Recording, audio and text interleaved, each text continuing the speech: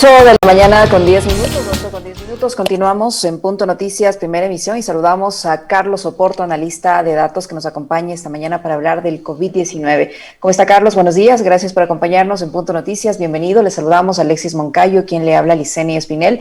El número de contagios confirmados de COVID-19 en Ecuador registra, de lo que dicen las cifras oficiales, un incremento del 26%. La cantidad de casos acumulados pasó de 258.282 a 325.124, es decir, durante aproximadamente 51 días se han reportado 68.800 nuevos contagios de COVID-19. El promedio diario de infectados es de 1.334. Son cifras que nos deben mantener alarmados. Es una situación que no se logra controlar. ¿Qué nos dicen estos datos, Carlos? Buenos días, bienvenido.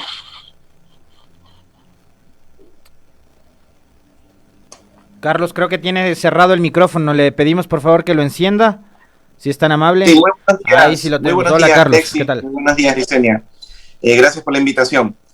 Sí, efectivamente hemos visto desde el mes de enero un incremento sostenido de casos, ¿no? En enero, febrero, y ahora es muy notorio ahora en marzo.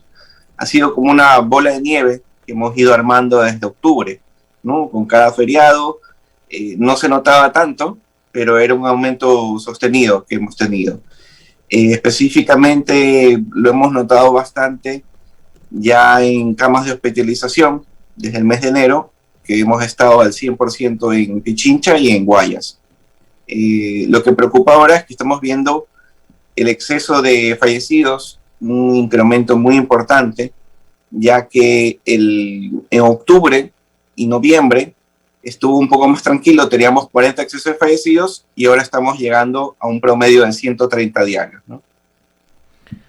130 fallecidos diarios, esas son las cifras que nos presenta hoy Carlos Oporto. Estas cifras, Carlos, ¿tienen que ver con los datos que entrega el Ministerio de Salud o con datos que van más allá de la información oficial, entre comillas, que entrega el gobierno? Porque sabemos que hay una data que está escondida, que no fue real, que eso refleja, digamos, el comparativo que incluso especialistas en números como usted lo hacen en sus cuentas en redes, en comparación con la muestra que presenta el Ministerio de Salud en el total de los fallecidos con respecto de la comparación entre fallecidos entre 2019 y 2020. Claro, correcto, Alexis. Si vemos, por ejemplo, las cifras oficiales de COVID confirmados y probables del Ministerio de Salud Pública, nos dan en este momento un promedio de unos 40 fallecidos a nivel nacional, ¿no? Pero viendo el registro de acta de defunciones del registro civil, podemos concluir que son 130 diarios, ¿no? Ese exceso siempre se ha visto desde el inicio de la pandemia, donde ahora vemos que tenemos 16.738 fallecidos entre confirmados y probables por el Ministerio de Salud Pública, y en exceso de mortalidad estamos acercándonos ya a los 50.000. Hemos visto esto de que es casi 3 veces, el radio es siempre 3 veces mayor, ¿no? El exceso que lo que oficial que se proporciona. Por eso no se menciona mucho qué es lo que está pasando, porque si bien, como tú dices, está un poco oculto los datos de exceso de fallecidos, ¿no? Uno tiene que usar los datos del registro civil y de cierta forma analizarlos con los años anteriores, ¿no? Y esto es un dato que es muy difícil de acceso para la ciudadanía. Se debería comunicar de una manera más transparente. Carlos, ¿qué decir respecto a la tasa de incidencia acumulada en el país? Según las cifras del Ministerio de Salud, no hay una cifra específica, pero hay varias notas periodísticas que señalan que esta tasa de incidencia acumulada del país sería de 1.857 casos por cada 100.000 habitantes, y sobre esto hay varias provincias que estarían en riesgo, digamos, por la cantidad de infectados. ¿Cómo entender esta tasa de incidencia? Sí, la tasa de incidencia va aumentando, y eso que realmente hacemos muy pocas pruebas. Ese es uno de los problemas también que no ha podido resolver el gobierno desde el año pasado, ¿no? A principios de marzo del año pasado hacíamos unas 300 pruebas a nivel nacional, y ahora estamos estancados en unas 4.000 a 5.000 diarios. Es muy poco. Si vemos, por ejemplo, países vecinos como Chile, hacen 50.000 diarios, ¿no? Casi 10 veces más. Es muy poco la cantidad de pruebas, por eso tenemos un gran subregistro de casos.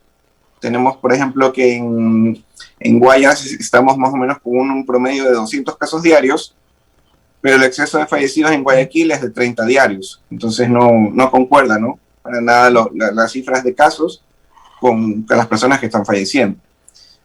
Esto es un problema porque no podemos diagnosticar a tiempo. Todavía hay 50.000 pruebas represadas. No se puede hacer un aislamiento bien de los pacientes, no se puede diagnosticar de manera temprana. Y el gran problema que estamos teniendo ahora es que la capacidad hospitalaria ya no da más. No da más ya no solo para pacientes COVID, sino que ya también pacientes de otras enfermedades. Hospitalización también está colapsado, Carlos. El momento en Guayaquil está muy cercano a colapsar, en Quito ya lo está. Y si bien se han aumentado bastante camas, el problema es que está ocurriendo ya lista de espera no solo en UCI, sino en hospitalización. Y eso sí es grave. Se están empezando a postergar, por ejemplo, procedimientos programados de otro tipo de enfermedades. Y afecta a todo, ¿no? Es como una bola de nieve que desencadena y si bien el exceso de mortalidad en estos momentos puede ser mayoría COVID, estamos empezando a ver personas que, por ejemplo, le dio un derrame o tuvo una emergencia cardíaca o un accidente de tránsito y ya no puede ser atendido. Ahora, Carlos, ¿ese número de pruebas influye a la hora de, por ejemplo, determinar? Bueno, esta no es una carrera ni una competencia, ni mucho menos uno quisiera que esto se acabe, pero vemos que están, digamos, entre Guayas, Pichincha, Guayas, con las provincias con mayor número de casos. ¿Tiene que ver o hay algún tipo de relación con el número de pruebas que se toma en una u otra provincia? ¿Cómo se está finalmente distribuyendo esas pruebas a nivel de gobierno nacional, más allá de los esfuerzos que están haciendo los gobiernos locales con los pocos recursos que cuentan? Sí, efectivamente, los gobiernos locales están haciendo un poco lo que pueden, ¿no? Siendo que no es el 100% de su responsabilidad la salud, igual están haciendo algo lo que puedan. En mayoría el Quito y Guayaquil porque tienen un poco más de recursos que otros, por ejemplo, en cantones rurales, que no van a poder tener mesas técnicas como los tienen ellos. Y vemos que, por ejemplo, en el último reporte del Ministerio de Salud Pública, en Pichincha se hacen 4 veces más pruebas que en Guayas. Entonces esto también hace que, en relación a su población, ¿no? Y esto hace que, evidentemente, hayan más casos en Pichincha, ¿no? Si vemos por exceso de fallecidos, las dos provincias están igual de mal, tienen exactamente la misma cantidad de excesos de fallecidos en relación a su población. Por eso nos basamos un poco más en el exceso de fallecidos y la capacidad de hospitalización que nos da un poco la realidad. Y ya lo que vemos es que en este momento ya no es solo una provincia, ¿no? Es todo Ecuador, que está bastante mal. Vemos la provincia de Loja, que está complicada, Manabí, Los Ríos, Santo Domingo en Los Áchila, bueno, todas las provincias, ¿no? Están complicadas en este momento, a diferencia de julio del año pasado, donde en ese momento Guayaquil estaba un poco más calmado y se podía traer pacientes de otras provincias. Carlos, esto quiere decir que puede haber provincias que tengan más casos que Pichincha, que Guayas, que en teoría son las que más casos tienen ahora porque más números de pruebas se aplican, porque en estas localidades no hay pruebas para testear a la gente. Es decir, pueden estar circulando personas enfermas sin que han sido diagnosticadas y sin que formen parte de esta estadística, y por eso esas provincias no están como en los primeros lugares en cuanto al número de casos confirmados. Correcto, sí, y específicamente también vemos, por ejemplo, cantones rurales, donde tratan de cierta forma, ir a una ciudad más cercana o algún hospital grande que tenga más capacidad para buscar acceso a pruebas, y vemos que les dan un tiempo de espera de 14 días, lo cual ya es totalmente inútil, ¿no? Una prueba PCR que tenga un resultado en 15 días ya no sirve de nada. Es bastante complicado porque no hemos visto, por lo menos yo no lo veo, desde octubre estamos haciendo exactamente la misma cantidad de pruebas y de cierta forma no se previnió, no se ha hecho como que un plan de contingencia en este caso, ¿no? En un caso eventual de que pueda subir los casos. No vemos un plan para reducir los casos. Hablamos sí mucho de la vacunación, que es bastante importante, acelerar el proceso de vacunación, pero a la vez debería haber algún plan para poder reducir los casos, porque no es sostenible que sigan aumentando. Carlos, el tema de la vacunación, ahora, sabemos que hasta el momento han llegado más o menos 378,000 dosis, ¿Eso implica cuánto? A ver, primero, de esas 378,000, ¿cuántas finalmente ya fueron, cuántas personas fueron vacunadas? Y eso en relación con el número total de habitantes que tiene el Ecuador, ¿representa cuánto en porcentaje de vacunación? Y hagamos también un comparativo de lo que está sucediendo en otros países de la región, como por ejemplo Chile, que tiene un proceso bastante agresivo de vacunación de su ciudadanía. Sí, en el caso de la vacunación, se han arribado 378.900 dosis hasta el momento, desde el día de enero, el mes de enero, y se han aplicado 235.000, lo cual nos da una cifra disponible de 143.900 dosis. De momento se están aplicando, veo, a adultos mayores de 80 años. Aún así va a ser insuficiente, a menos de que lleguen más dosis, no se puede vacunar a todos los adultos mayores. Son 1.300.000, ¿no? Necesitamos 2.600.000 dosis. Hasta que no lleguen lotes en cantidades de millones, es muy difícil acelerar el proceso de vacunación. Vemos que en este momento se están aplicando 9.300 dosis diarias, que suena muchísimo, suena mucho, pero si lo traducimos al tiempo de velocidad para vacunar al 70% de la población, tomaría 7 años vacunar a toda la población. Por eso a veces hay que tener cuidado con deslumbrarse por cifras, escuchar 4.000 pruebas diarias PCR, 9.000 dosis diarias aplicadas, pero siempre hay que compararlo, como dices, con otros países, ¿no?, de la región. Chile, por ejemplo, aplica 200.000 dosis diarias. Es una cantidad infinitamente superior, ¿no? Uh-huh. Chile ha alcanzado 17% de la población totalmente vacunada con 2 dosis, y Ecuador llega al 0.4%, ¿no? Es totalmente insuficiente. Por eso hay que extremar todavía los cuidados. Hay que también comunicarle a la ciudadanía que cuando a un familiar se le aplique la primera dosis, tengan que seguir haciendo los cuidados, ya que la inmunidad se completa a la segunda semana de la segunda dosis. Por lo cual, cuando se aplique la primera dosis, hay que seguir con todos los cuidados y hasta por lo menos completar la segunda dosis, ¿no? ¿Qué cantidad de personas deberían ser vacunadas diariamente, Carlos, para no demorarnos 7 años? Imagínense lo que eso significa, vivir con la pandemia 7 años adicionales hasta que todos logren ser vacunados, o al menos el 70% de la población logre ser vacunada. ¿Cuántas personas deberían ser vacunadas diariamente? Y tendremos esas dosis para vacunar diariamente esa cantidad correcta de personas. Necesitamos por lo menos vacunar 100.000 personas diarias. Eso, vacunando 100.000 personas diarias, ya podemos estar hablando de un gran porcentaje de población vacunada a fines de año. Pero lo principal es que lleguen dosis. No nos sirve de nada que lleguen 30.000 por semana, porque es imposible vacunar 100.000 personas diarias de esa manera.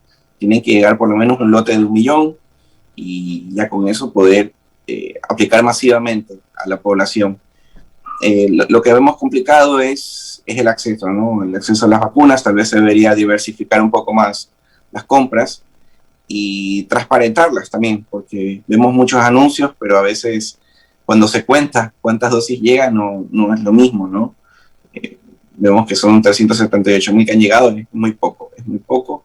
Esperemos que tal vez también con iniciativas como la de COVAX de la OMS nos puedan llegar más vacunas. Uh-huh. Más vacunas, que es una gran iniciativa para que los países puedan tener de cierta forma un acceso equitativo, ¿no?, a las vacunas, porque hay muchos países que no tienen exactamente los mismos recursos, ni el mismo poder económico ni geopolítico. Carlos, considerando ese incremento de 1.600 casos diarios y un promedio de 130 muertes diarias, las autoridades nacionales demoraron en tomar medidas a través del COE nacional para restringir la movilidad, además tomando en cuenta de que nos acercamos a un feriado. Por un lado, quisiera saber eso, su criterio con respecto de la temporalidad de esta decisión. Y lo otro, sé que usted es comunicador y me parece que ahí hubo un manejo errático primero del gobierno, y esto también es algo en lo que nosotros en este espacio de noticias hemos sido realmente enfáticos. Desde el 20 de enero, en que llegaron las primeras 8.000 vacunas, el gobierno y algunos medios de comunicación y algunos opinólogos e influencers de redes sociales le empezaron a vender humo a la gente. Entonces, como llegaran las primeras vacunas, ya venía la solución, ¿no? La esperanza, día histórico, y la gente me parece que lo tomó eso sí como un mensaje esperanzador, pero empezó a confiarse y nos empezamos a relajar, cuando en realidad lo que debíamos hacer es ser cada vez más responsable con el cuidado de absolutamente todos. Esos dos temitas quería que lo aborde, Carlos. Sí, sí, claro, vemos el día histórico y también me puse a investigar, ¿no? Porque algo que he hecho todo este tiempo es tratar de cierta forma proporcionar también a los periodistas, proporcionar a otros colegas, y hablo mucho con los médicos, ¿no? Proporcionando datos. Y efectivamente, bueno, calculábamos cuántos viales realmente habían llegado. Me puse a investigar cuál es el tamaño de una caja de Pfizer de 8.000 dosis, y vimos que era una caja pequeñita, ¿no? O sea, no tenía relación con ese container grande que se los veía a las personas del gobierno en ese momento. Por eso, sí, como dices, se vendió un poco más humo del que había, y tal vez las personas no fueron conscientes de que 8.000 dosis realmente es una caja muy pequeña y para muy pocas personas. Se debió haber cuidado más y haber hecho más prevención, sabiendo que estaban estas variantes en el país, que tienen mayor transmisión, tienen una mayor letalidad, y se debió haber hecho una campaña de educación para prevenir la situación en la que estamos, porque la mortalidad de abril es inevitable porque ya las personas que se contagiaron esta semana, esa mortalidad será inevitable. Lo que podemos hacer ahora es tratar de evitar la mortalidad de mayo, ¿no? Que es lo que esperamos. O sea, el escenario que veíamos desde febrero era un pico en mayo, y esperemos que no suceda, pero se preveía un exceso de mortalidad de 300 a 400 excesos de fallecidos diarios. ¿Ese es el rango de mortalidad que vamos a tener para abril? Para mayo. Para mayo. En abril pueden aumentar un poco más y un pico será en mayo, ¿no? Si todo continúa como está, ¿no? Porque las restricciones que están ahora no creo que influyan en mucho. Carlos, ¿qué se sabe respecto a los datos que maneja la red hospitalaria privada? Porque lo que conocemos es lo que está pasando en los hospitales públicos, pero no hay información sobre qué pasa en la red hospitalaria privada. ¿Cómo está allí la situación respecto al COVID-19? Sí, prácticamente es la misma situación que la pública, ¿no? Vemos que los datos que tengo es lo mismo. En unos hospitales hay ocupación UCI al 95% y en otros 100%, ¿no? Se vuelve complicado encontrar una UCI, y en privado es un poco más complejo porque tal vez las listas de espera no son tan altas, pero para conseguir una cama, por ejemplo, aquí en Guayaquil piden unas garantías de $30,000. ¿Quién las tiene, no? Es muy complejo porque todos los hospitales están saturados, y ya a veces en este momento también hasta con dinero tampoco te asegura poder tener una cama. Es bastante complejo, ¿no? Siendo que realmente la hospitalización pública cubre un 70% de toda la ocupación, por eso también la privada no se da abasto, no es suficiente, y hay pocas camas UCI. En este momento realmente, como decía, ya no es solo COVID, me llega mensajes de una persona que estábamos ayudando a buscar una UCI, y simplemente después de 6 horas la persona falleció, porque no tenía ni siquiera para cama de hospitalización. O sea, falleció en la casa, o sea, fallecen ya en la casa porque no hay ni siquiera dónde llevarlos, ¿no?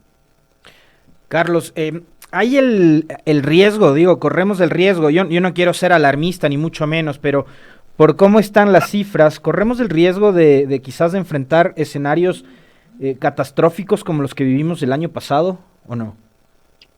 En la ciudad de Guayaquil específicamente fue realmente catastrófico. Ese tipo de días tan altos, porque el día más alto que tuvimos aquí de exceso de fallecidos fueron 850 excesos de fallecidos en todo Ecuador, en abril 4, fue realmente devastador. No creo que suceda, pero también ese escenario fue más corto, duró unos 60 días. Ahora estamos viendo un escenario que hemos visto ocupación UCI al 100% desde enero, y esto probablemente se extienda hasta julio. Eso tal vez estamos viendo, ¿no? Que tal vez no sean días tan altos, pero será muy largo, y al final del día, al final es el mismo exceso de fallecidos, pero simplemente distribuido en más meses. Por lo cual tal vez sí haya capacidad como para, por ejemplo, recoger fallecidos en casas, hacer entierros. Eventualmente ya se complicará un poco más, se notará un poco más, pero no habrá el caos que tuvimos en el mes de comienzo de abril. ¿Qué expectativa puede haber ahora que los municipios también han sumado, digamos, intenciones y esfuerzos para llevar adelante convenios con el gobierno y el Ministerio de Salud para poder vacunar a la gente? Digo, si finalmente el gobierno no entrega las dosis a los municipios, si no cumple con los convenios, y ya sabemos, digamos, el récord que tiene de incumplimiento el gobierno nacional, vamos a estar fritos, ¿no? Sí, yo veo que las situaciones y como lo están administrando los municipios, si bien probablemente no era su responsabilidad, de momento ellos también quieren proteger a su propia población, ¿no? Yo creo que por lo menos el de Quito y el de Guayaquil, que tienen muchos recursos, van a poder hacer una logística más completa, ¿no? El problema es, vamos a lo mismo, sin dosis no hay nada que hacer. Pueden tener toda la mejor voluntad del mundo, pero sin dosis no pueden aplicarlas, ¿no? Sí va a ser una gran ayuda, va a ser una gran ayuda a que si llega 1 millón de vacunas, se pueda mejorar la logística, ¿no? Porque si bien nos hablaban mucho en enero de que había un plan de vacunación masivo, de que le iban a hacer junto a la empresa privada, pues vimos que realmente ese plan nunca existió y nunca se dio, ¿no? Yo creo que ahora por medio de los municipios por lo menos hay un rayito de esperanza. Lo que me preocupa es el acceso equitativo al resto de municipios, a todos los cantones, a cantones rurales, que no van a tener las mismas mesas técnicas que el de Guayaquil y Quito, no van a tener los mismos recursos ni los mismos capacidad, ¿no? Vemos también que, por ejemplo, vi en un alcalde de un cantón de Manabí que se estaba quejando de que le iban a entregar 600 dosis a ellos. ¿Y por qué a otros municipios le iban a entregar 1 millón? Entonces, yo creo que debería ser de manera equitativa con su población, ¿no? Y hace pocos días en este espacio, Carlos, le comento, con Licenia tuvimos la oportunidad de dialogar con uno de los prefectos de la Amazonía que nos decía que a su provincia llegaron 3 dosis. 3 dosis. Sí, eso. Y me preocupa porque hablamos mucho de Quito y Guayaquil, pero somos un país entero y no podemos descuidar eso, ¿no? No podemos descuidar que no se esté vacunando otras provincias, que no se está vacunando otros cantones con difícil acceso, ¿no? Es importante, por eso digo que hay un plan que cubra a las provincias con respecto a su población. Y de cierta forma también los cantones grandes, como Guayaquil y Quito, poder ayudar a otros cantones cercanos, cantones rurales, que sea difícil, ¿no? Difícil acceso, que tengan más difícil acceso a centros de salud y acceso a la vacunación. Muchísimas gracias, Carlos, por su información, por habernos ilustrado el tema de los datos del COVID-19. Muchísimas gracias a Carlos Oporto, analista de datos, que ha estado con nosotros. Muy amable, Gracias, Carlos. Gracias, Alexis. Un gusto, muy gentil. 8 de la mañana con 33 minutos, Liz. Hoy, martes 30 de marzo, seguimos avanzando en esta jornada y con la agenda que estaba buena, ¿no? Está muy buena, hablando de temas de derechos, propuestas de los candidatos, ahora del COVID y más adelante sobre el tema económico. Así es, volvemos enseguida para hablar de la ley de, entre comillas, de defensa de la dolarización. Ya regresamos. Vale.